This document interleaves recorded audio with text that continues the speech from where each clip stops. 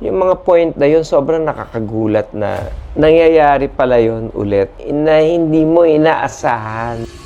So, ilan yung mga kanta na nasulat mo? 167. Wow! It became a huge hit. Inaasahan ko ba yun? Hindi eh. But you will not get to that point if you don't create. I'm sure through the years, may mga money mistakes ka. Oh yeah. Ano yung biggest money mistake na nagawa mo? Nung nagsisimula ako, I didn't have a budget. Nauubos. So at this stage of your career, how do you define financial peace for you? Kailangan nakakatulog ka sa gabi na alam mong Bago ang tagumpay, may kwentong di mo alam. Pera at buhay, ito ang tunay na usapan. Ay guys, parang marriage at saka parenting seminar na ito. Pero hindi, napapag-usapan. Sana po may napupulot kayo, yun ang naging flow ng conversation natin. Yeah, but I really appreciate na talagang, indeed, these are the things that you never talked about. Pero quick lang to, let's talk about your career. May mga kanta ka ba na sinulat na walang expectation na naging national anthem for teleserye, no? Yeah, madami. Yung Kailangan Kita, yung Kung Mawawala Ka, Bakit Ngayon Ka Lang, Pangarap Kong Ibig, madami. Meron ka bang moment na pag nagsusulat ka ng mga kanta at na hindi mo naman in-expect, tapos yun pa yung nag-hit? Yes. At may mga kanta ka naman na talagang pinagpaguran mo, inuubos mo yung oras mo, ay, ito. Tapos Nawala naman. Oh, yes. Talaga? May mga, ang kinakagulat ko, kasi sa tagal ko nang ginagawa to, and because it comes in cycles, di ba? Yeah. Yung magiging sobrang okay ka, tapos mawawala ka, tapos hopefully you get a second wind, tapos mawawala ka, ganun. Ilang taon ka na pala? So, It's my 37th year. woo!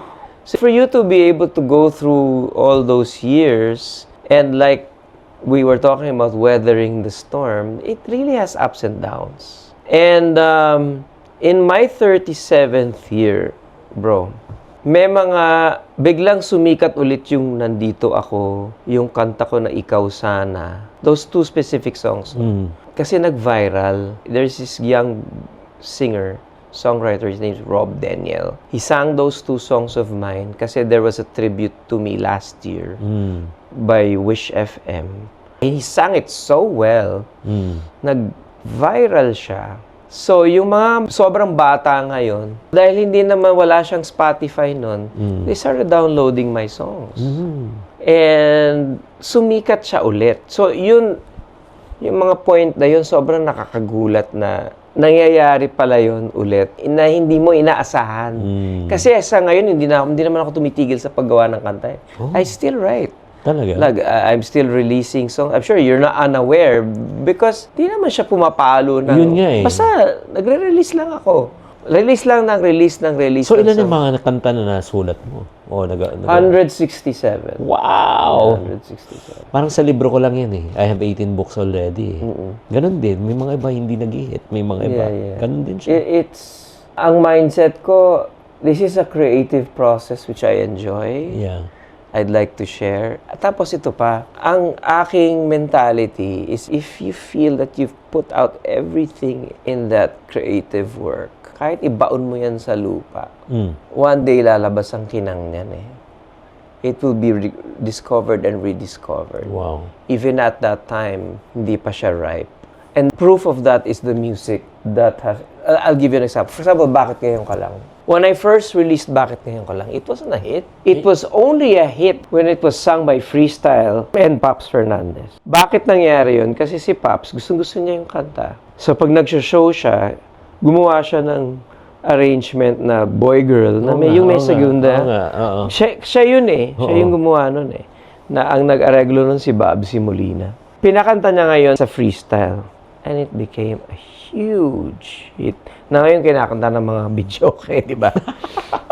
Inaasahan ko ba yun? Hindi eh. Di ba? So, but you will not get to that point if you don't create. Unless you try. Yeah. Kaya guys out there, kung may mga songwriter, creator ngayon, whether content creator, songwriter, artist, na hanggang ngayon, wala pa rin. Nagpo-post, wala pa rin. Kumakanta, gumagawa, wala pa rin. Anong masabi mo? Keep going. You know, God will not imprint a dream on yourself, on your mind, and in your heart if it was not meant to be. Galing. Diba? It will just take time. So of course, there are mysteries that we cannot explain. Diba? I have friends who are so talented, and parang wala pa rin nangyayari. And I think it's also a matter of attitude. Yung sa artist, no? Yeah. Creator. Ano ba yung attitude mo? Feeling mo ba ikaw talaga yung pinakamagaling sa buong mundo? Na ikaw ang GOAT? Yung parang, yung entitlement. Oo. Oo. Or do you realize that the reason why you have a gift is because there was a giver? Yeah. Yeah. So, yeah, I think that is sometimes the problem. So, siguro, let's talk about yung mga, for you, sino mga sa palagay mo mga underrated na artist ngayon na talagang talented pero underrated sila? Hindi Ako, sila, feeling ko, Jason D. Jason D was a winner sa ABS-CBN. He's super talented. And he's part of also a small group that I lead. And I'm just so happy kasi he's now part of our TV show, Your Face Sounds Familiar. And he's doing so well. And it's just a matter of time that Jason D, will have a breakthrough. I just know it. Jason, shout out sa iyo. Alam ko yan. I love him. I love his attitude. And naalala ko pa nga yan nung nag-small group kami. Ganda ng prayers namin for him. Alam mo, a week after that, or maybe a week and a half after that, pumasa siya sa audition ng Your Face Sounds Familiar. And now he's like one of the top, kung hindi one or two, sila ng JML. So I'm just so happy for him. Another guy, his name is Ferdinand Aragon. Ferdinand Aragon, he's a singer-songwriter from Cebu. I discovered his music years ago because may naroon akong narinig na Cebuano song na napakaganda. Hindi ko naintindihan pero napakaganda. Hinanap ko siya. Now I'm managing him. Wow. And it turns out he was actually a worship leader in Cebu. Wow. And now, gine-guest na siya ni na TJ Monterde, gine-guest na siya ni na Morissette sa mga concerts kasi they're now discovering his music. And then si Regine sang a couple of his songs. So it's just a matter of time when Ferdinand will make a breakthrough. Another, tatlo yung sinabi mo, Yeah, tatlo. Sige. is myself. What do you mean? I read this a lot in the many comments in whenever I post. They always say, si Ogie, no, sobrang underrated. Lagi nila sinasabi yan. Alam mo bakit? It's, for me, outsider perspective. Yeah. Yung kanta mo kasi, it's so singable by anyone. Yeah. Di ba? Yung parang it's Madali. very common. Hindi siya, kasi singable. Yung parang pag sinasabi, yung dapat yung music, yung voice mo dapat very unique and everything. That's the time na okay ka, di ba? Like si Regine, very unique talaga yung voice niya. I understand what you're saying. Di ba? Yeah. Kaya nga, parang... I'm relatable. Oo. Yeah. And I appreciate it. Which is actually a compliment. Honestly, guys, this is really an advantage.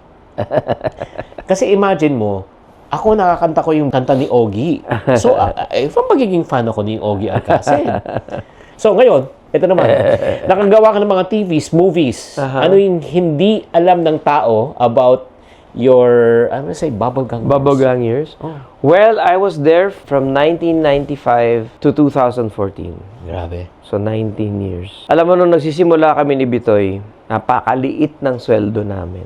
Nung tumuntong kami po sa GMA7 at nakita namin yung offer sheet sa amin, sabi ko kay Bitoy, bili tayong BMW. BMW? Sabi mo maliit. Hindi, nung lumipat na kami. Nung Ah. lumipat na kami sa GMA at lumaki na yung sweldo namin. Pero dating maliit, magkano naman yun? 5K per episode? Mga 10K. Ay, malaki na rin yun, ah. Malaki na rin ba yun? Oo naman. Pero hindi ka makakabili ng BMW. Ayaw naman. Pero okay na yun. 10K, oo. Once a week naman yun, di ba? Once a week taping. Pero nung lumipat na kami sa GMA, lumaki na yung sweldo. Bakit saan ba nanggaling yung bubblegum? Galing kami sa ibang... nagmo-movies pa kami noon. And then, we came from Tropang Trungpo. Yeah. Nauna pala yung Tropang Tumpo bago nauna yun. bubblegum. Mababa pa sweldo namin noon. Ay, yung di ko makalimutan sa Tropang Tumpo, yung ano. Lalo na si Bitoy, grabe. Oh. Yung nilaki nung sweldo niya. And anyway, nung time na yon, nangarap kaming dalawa Parang Batman and Robin kayo, tag team kayo nun eh. But also, we felt alone na kasi Why? galing kami sa Tropang Trumpo. Kinuha kami ng GMA. Channel 5 ng Trauma Tumpo, di ba? Yeah, oo. Okay. Tas bago na yung grupo namin. Sina Aiko na yun, sina Sunshine Cruz, bago director namin. It was a new environment.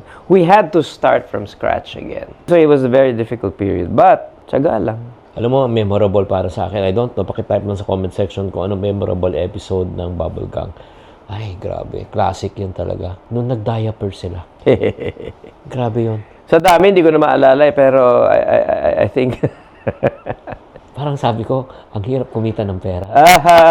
Totoo yan, totoo yan. Totoo Grabe. yan. Yeah. And then let's talk about boy pickup. Yeah. Boy pickup. Nauso kasi yung time na yung pickup lines. And then, nauso yung sunugan, yung flip top. So, kinumbine nila yung dalawang idea na yon. So, nung binabasa ko yung script, kasi ang nagsusulat ng script nun, Si Eri ba? Si Eri. Eri Niman. si Eri. Na who's a host right now, really popular Oo, host. nung weddings. So, nung binabasa ko yung script, sabi ko, Eri, gawa tayo ng character na ang sinasabi lang niya nonsense. Tapos, merong biglang may isisigaw na, ang galing nun! Tapos, Tapos biglang lahat, oo nga no? Tapos sigawan lahat. Tapos tawagin natin siyang boy pick-up. Yun yung naisip ko. Sige, let's try it. So, nung first day of taping, dinirect namin. Sabi ko, okay, basta ganito timing ha. Mayroon akong bibitaw na walang kwenta. Tapos tahimik kayo. Tapos Eri, bigla kang, ang bangis no, pick-up! Tapos sasabihin ko, boom! Oh. Tapos sigawan kayo. Okay, ganun lang yung sequence. Ganun lang yung sequence nun. Boy, pick up! Are you ready? Alright. Go! Boom! Woo! Alam mo bang bagay ka sa akin? Bakit? Kasi diesel ang kotse ni Mang Pedring. Mas mura yan sa unleaded!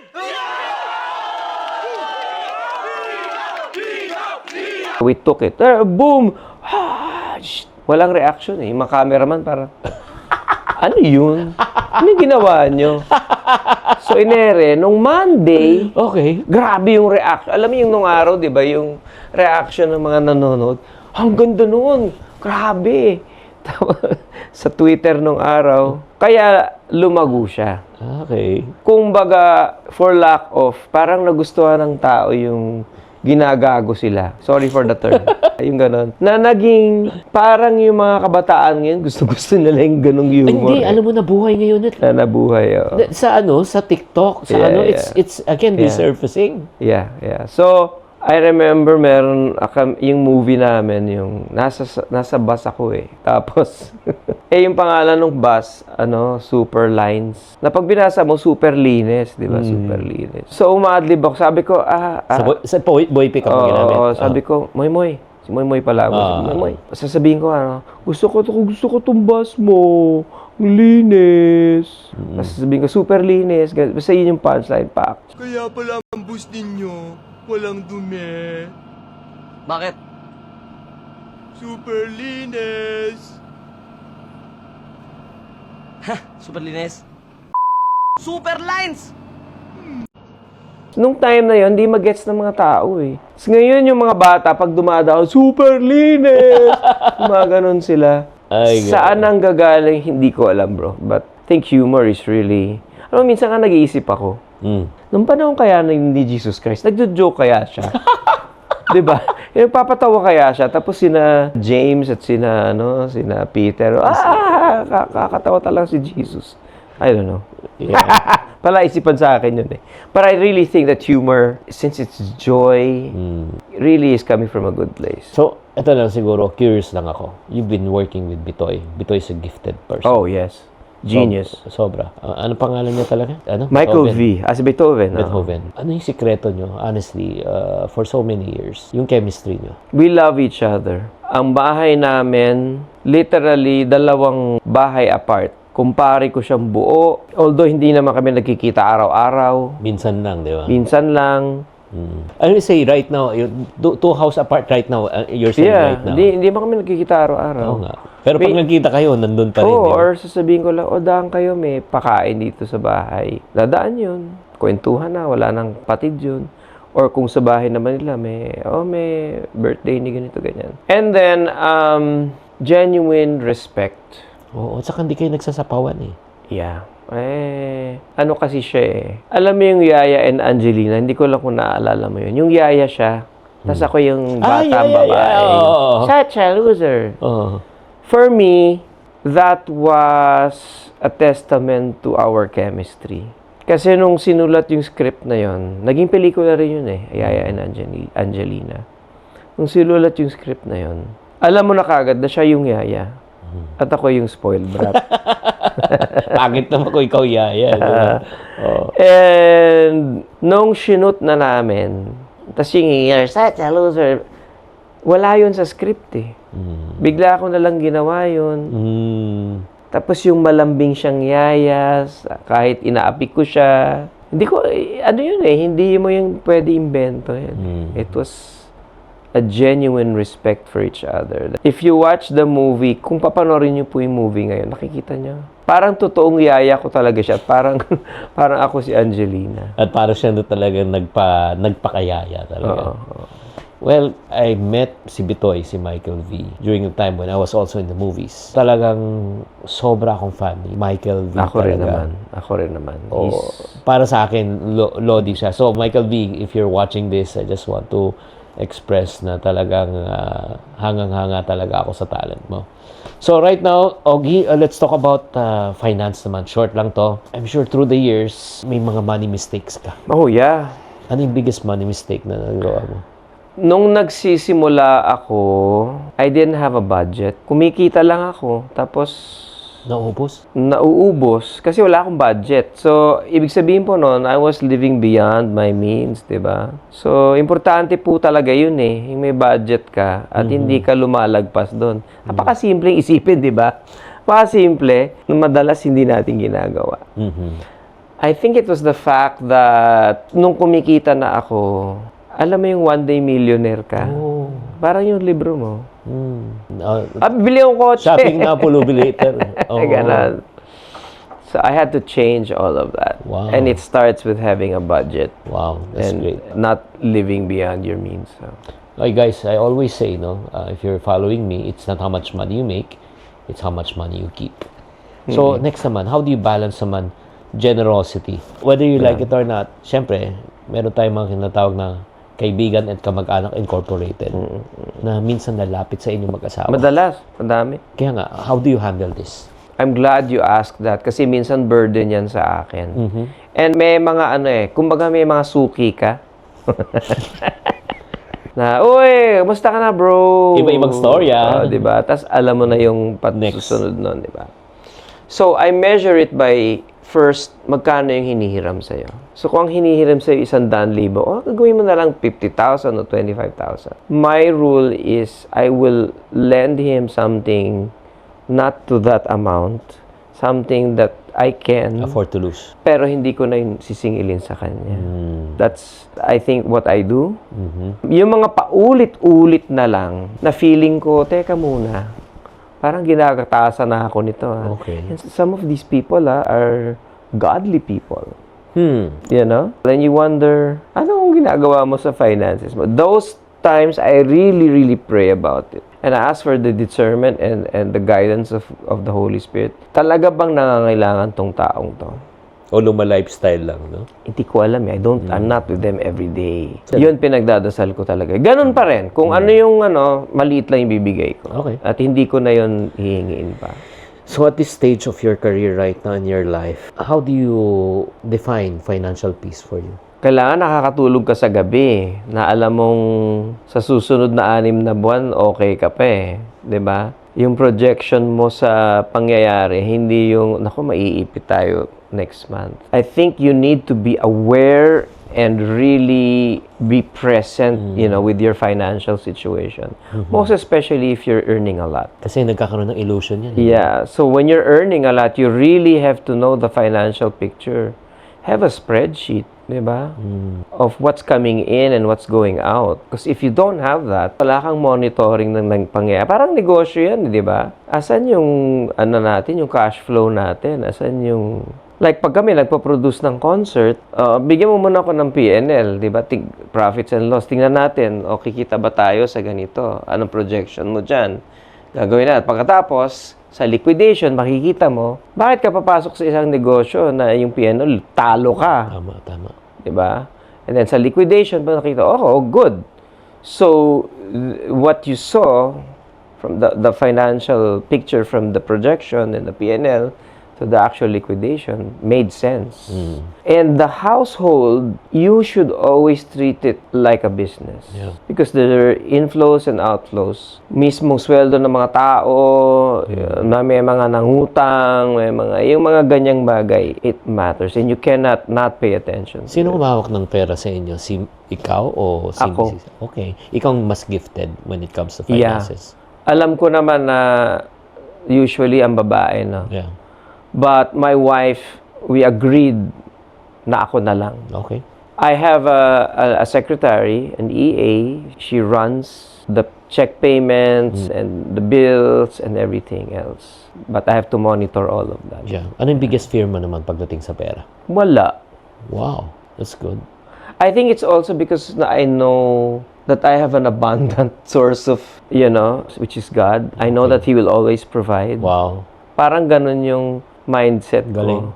Alam mo, lagi namin pinag-usapan ni Mrs. yan yung saan tayo pipihit? Ano bang, kasi we've made some investments. Yeah. Hindi naman lahat ng investment ay panalo. Oh, I'm sure, di ba, I think may restaurant kayo, di ba? It's still there. Oo, Okay naman oo. yun. But there are some investments like real estate or others na parang wala nangyayari or Stagnant lang. Stagnant lang. What do we do about this? Okay. Diba? So, we always discuss it. My wife and I will always discuss it because we know that yung financial future namin has to be taken care of, diba? Although we know that we have a provider. Yeah. Tayo lang naman ang tagapagdala niyan eh. Tayo inatasan lang ng Panginoon para pangalagaan yung binigay niya sa atin. Tama. Kung hindi natin pangalagaan yan, mawawala din. So, Galing. it's one thing to know that there is an abundant source, but it's another to know that you really have to take care of it. Kaya nga, alam mo, picking up from there, kasi ang desire ng tao to be financially stable, di ba? But did you know, and do you know, that no one can be financially stable? You know why? The more you make, the more you spend. That's so true. Lumalaki yung desire mo, yung gusto mo eh. That's so true. Kaya nga, ang galing ng ginawa mo yung sinabi mo na caretaker ka, steward ka. The goal in life is not to pursue financial stability, but the goal in life is to practice financial responsibility. Whatever you're earning right now, whether it's small or big, yung being faithful with the little things, God will entrust you with bigger things. Amen. Kung hindi ka marunong mag-umpisa sa maliit, hindi ka bibigyan ng malaki. Yeah. Di ba? Please, don't ever say, kasi, syempre, ang laki na kinikita nyo compared to us. Pag ganun ka mag-isip, nako, maniwala ka. Hindi ka talaga lalaki. Kasi lahat ng mga lumalaki nag-uumpisa sa maliit. So, Ogie, if there's someone out there right now who's watching this, they felt lost, which you felt before. Or probably, they followed God, they loved God before. Pero, 20 years na nawala And if there's someone out there right now who's watching this, na lost, parang prodigal son, can you please speak to them and tell them kung anong dapat nilang gawin in order for them to get back? For me, I'd like to pray for you. Brother or sister, if you're out there and you're listening to me right now, I just want to pray for you. Father God, I want to lift up my brother or sister who's listening right now. Open their hearts, dear Lord, that they may get to know you, the real you, the biblical you, dear Lord. Panginoon, pakinggan niyo po ang hinaing ng ating mga kapatid ngayon na nanonood ngayon na sila may pinagdadaanan na feeling nila wala na ang lahat, wala na ang kahalagahan nila sa mundong ito. Panginoon, punuin niyo po kung anong kulang sa buhay nila. Naway makilala nila kayo through friends, through people that send them holy angels, the Lord, through the Holy Spirit, na yung bigla na lang, magkaroon sila ng aha moment. Yes, Lord, kumakato kayo sa puso ko. There is always hope, kapatid. And I pray that as you are listening to this prayer, something is happening supernaturally in your mind and in your body and in your soul. Something, dear Lord, is happening. And I pray this with the mighty name of your Son, Jesus Christ. If you pray that prayer with me, brother or sister, something will happen. I really know that something will happen. You know, this day that I'm with Jinky today is no accident. Kagabi, nag-concert pa po ako. But I really wanted to be here with Jinky. Because I knew I had a mission today. And that's to reach out to you. Guys, if you pray that prayer, I just want to encourage you to type I prayed in the comment section so that we will stand with you. We know that you are, yun nga, again, hindi aksidente na pinapanood mo to. At hindi rin aksidente na mapakinggan mo ang side ngayon, the other side of Ogie na hindi madalas na pinag-uusapan. And that is, yun nga, being as a husband, as a father, and a lover of God. Thank you very much, Ogie. Nako, bro. Yeah, pero bago tayo, syempre, meron ako ibibigay sa iyo na sana naman makatulong to you and to, number one, pera ni Mr. at pera ni Mrs. You know. Yeah, this was written by me and my wife. Nice. So, these are the Thank you. money, and then, ito, second, happy wife, happy life. Amen. Oo. Ito naman, pinag-uusapan yung top 3 common reasons why marriage fails. The lack of communication, the lack of intimacy, and the lack of money. Yung pera issues. And it's minsan tabu yan hindi pinag-uusapan, ano? And it's so important. And then ito, I hope that you can give this donate and for you, raising up money-wise kids. Ito naman yung 10 money lessons na maituturo mo sa anak mo. Galing mo, Chinky. Yeah. Praise God for your life. Thank you so for much. your knowledge, brother. Yeah, so I'm sure people know you already, pero saan ka active na socials? Instagram, at Ogie Alcacid, that's small letters. Facebook, ganun din, at Ogie Alcacid. X, I'm not very active at X, but Threads, of course, at Ogie Alcacid. And Spotify. Oh. Spotify, Ogie Alcacid, it's my Spotify. May latest na song ka na sinulat? Yes. Please. We released a song, kami ni Odette Quesada. We just had a successful concert at the MOA Arena last month. So we released a song called Tuwing Pasko. Do stream that song. And January, I'm going to be releasing another song, which I dedicate to my wife. Wow. It's our 15th year anniversary. So, it's called Itong Awit Ko. And then, Hindi pa lumalabas? hindi pa lumalabas. Baka pwede naman sample. Sample. Oo. Ang tanging handog sa'yo ay ang pag-ibig kong hindi magbabago. Ito'y asahan mo at magpakailan pa man. Ikaw lamang ang aking mamahalin. Wow. Ito'y asahan mo, itong awit ko sa'yo. Galing. Ganun lang kasimple yun. Grabe, ang galing, no? Alam mo, yun yung kagandahan ng mga kanta mo talaga. It's so simple, easy to sing, easy to understand. Thank you, bro. Thank you. Thank you so much. Thank you. Guys, there you have it. Sobra akong I'm so full. I don't know if you're full. Please type in the comment section kung ano yung natutunan nyo, kung ano yung please do also express your love to, again, Ogie and Regine. Please pray for them also. Yes, please. Please pray for them. Bakit? Kasi when you're in the limelight, definitely kayo ang target. No? Kaya nga, maraming salamat at para sa mga mag-asawa na may mga issues kayo, I encourage you to watch this video. Pag-usapan nyo, mag-asawa, kung ano yung mga issues nyo. At kung kailangan nyo ng tulong, seek counsel of the wise. Thank you very much. Parating sinasabi, tatandaan, tamang karunungan, tamang disiplina ang susi sa pagyaman. Guys, ito napakahalaga po itong sasabihin ko sa inyo. Mag-ipon po kayo. Huwag po kayo laging gastos ng gastos. Kailangan siguraduhin ninyo na hindi kayo namumuhay ng labis sa inyong kinikita. Mag-ipon po kayo. You will reap the benefits in the future. God bless po. Maging ipunaryo para umasenso.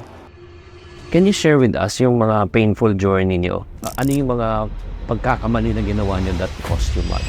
Oh my gosh, maubos yung ko, daliri ko. So right now, how big is Ka Tuning? We have distribution now. We have kitchen, we have bread, commissary, we have... May nabalitaan ako na masyado kayong nagtiwala.